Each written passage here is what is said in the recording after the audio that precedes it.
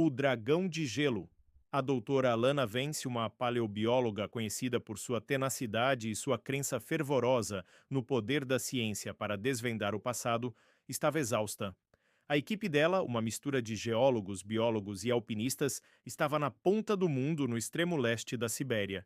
Eles estavam perfurando um glaciar milenar, seguindo uma anomalia magnética que os satélites haviam detectado. Era uma anomalia tão poderosa que distorcia os instrumentos de navegação, algo que Alana nunca havia visto em sua carreira. Ela tinha a esperança de encontrar um artefato alienígena, ou quem sabe, um meteorito colossal. A última coisa que ela esperava encontrar era algo que deveria pertencer a um livro de contos de fadas. A broca de perfuração, uma máquina avançada que podia cortar através do gelo como se fosse manteiga, parou abruptamente a quase 2 quilômetros de profundidade. Mark, o engenheiro de campo, gritou pelo intercomunicador: "Encontramos algo! É duro como rocha, mas os sensores não estão registrando nenhuma composição mineral conhecida." A pulsação de adrenalina de Alana era quase palpável. Ela ordenou que eles perfurassem com cuidado e enviassem uma sonda para capturar imagens. O que a câmera de vídeo da sonda revelou fez Alana e o resto da equipe prenderem a respiração. Não era rocha nem metal. Era uma escama colossal de um azul metálico escuro, quase preto, que brilhava mesmo na escuridão do gelo.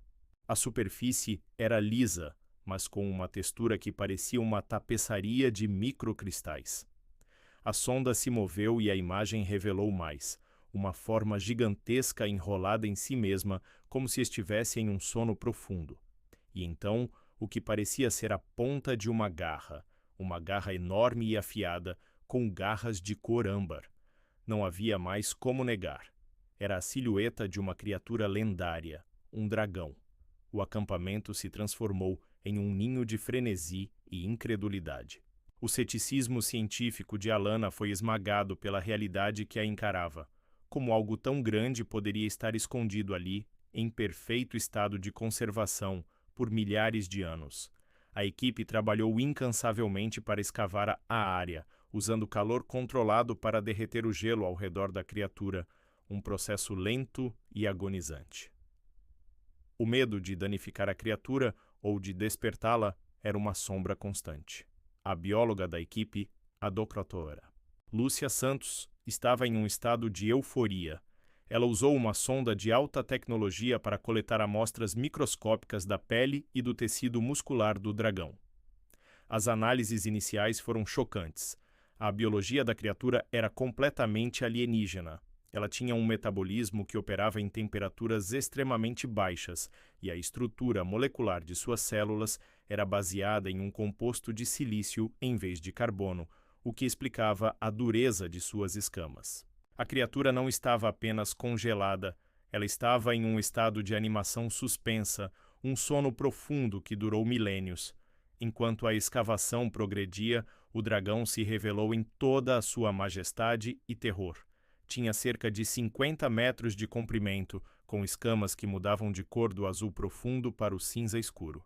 A cabeça era nobre, com 2 chifres curvados para trás e olhos fechados, mas com pálpebras que pareciam rachadas e cheias de microveias, como um mapa de rios secos. A boca estava fechada, mas a silhueta de dentes enormes e afiados podia ser vista. Suas asas, elegantemente dobradas ao lado do corpo, pareciam lâminas de gelo. Mas a maior descoberta veio de Kendi, o geólogo da equipe. Ele estava analisando as rochas e as camadas de gelo ao redor do dragão e descobriu que a criatura não havia apenas caído ali. Ela havia sido aprisionada. Havia uma espécie de câmara de energia, uma rede de cristais magnéticos que se estendia por quilômetros. Esses cristais, que emitiam uma espécie de campo de contenção, eram a fonte da anomalia magnética que os atraiu. O dragão não estava lá por acaso. Ele havia sido aprisionado. A anomalia não era um sinal de sua presença, mas de sua prisão. "Eu acho que a criatura não estava dormindo.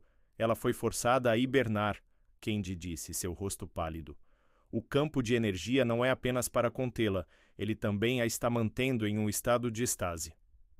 A descoberta levou a mais perguntas do que respostas.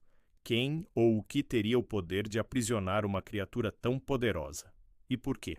A teoria de Alana de um artefato alienígena ganhou um novo e aterrorizante significado.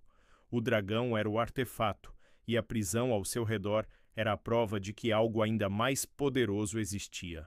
Enquanto trabalhavam para remover a última camada de gelo que cobria a cabeça do dragão, a temperatura no glaciar começou a subir. Não de forma natural, mas uma mudança rápida e inexplicável. Os sensores de temperatura da equipe registravam um aumento constante, e a água começou a escorrer pelas paredes do túnel. O campo de contenção estava enfraquecendo. A perfuração e a excitação da equipe, o calor dos equipamentos, a simples presença de humanos, tudo isso estava quebrando a prisão milenar. O primeiro sinal de que o dragão estava despertando foi sutil. Uma pequena rachadura apareceu na pálpebra esquerda da criatura, e uma luz fraca e azulada começou a pulsar em seu interior. A luz se tornou mais forte, mais brilhante, e então a pálpebra se abriu. O olho que se revelou não era animal, mas algo muito mais antigo e inteligente. Era uma massa de luz líquida, um universo em miniatura, cheio de estrelas e nebulosas que se moviam em um redemoinho. Alana olhou para o olho do dragão e sentiu um choque de reconhecimento. O olho não era apenas um órgão de visão. Ele era uma janela para uma consciência vasta, uma mente que tinha visto a ascensão e a queda de civilizações, o nascimento de estrelas e a morte de galáxias. Ela viu uma visão de florestas de cristais, de cidades esculpidas em gelo e de uma guerra travada em um céu de cores surreais. A dor da criatura era palpável, um lamento que vinha de um passado distante, de ser aprisionada e traída. O dragão se moveu. Não de forma violenta, mas lentamente, com a graça de um titã que estava acordando de um sono muito, muito longo. O movimento enviou uma onda de choque pelo glaciar e a câmara de gelo onde a equipe estava começou a desmoronar.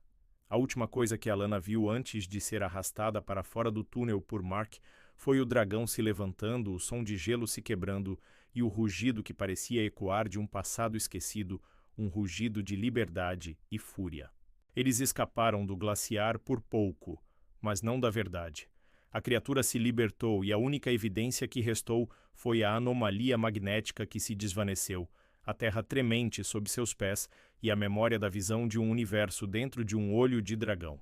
Eles não trouxeram um artefato para o museu. Eles libertaram uma lenda viva. A história do dragão de gelo não era apenas sobre o passado, mas sobre o despertar de uma força que o mundo havia esquecido. Eles haviam encontrado um mistério nas geleiras, mas agora o mistério estava à solta.